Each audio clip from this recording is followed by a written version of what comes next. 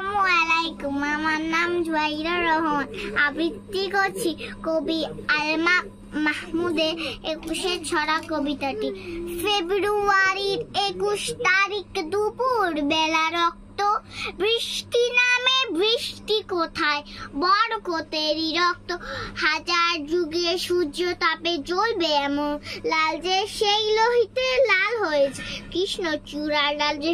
প্রভাত ফেরির মিছিল যাবে ছড়া ফুলের বন্যা। বিষাদ গীতি গাইছে পথে তিতুমিরের কন্যা।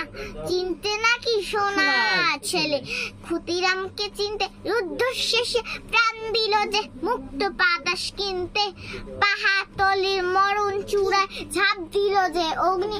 ফেব্রুয়ারি শোকের বসন পড়ল তারি ভগ্নি।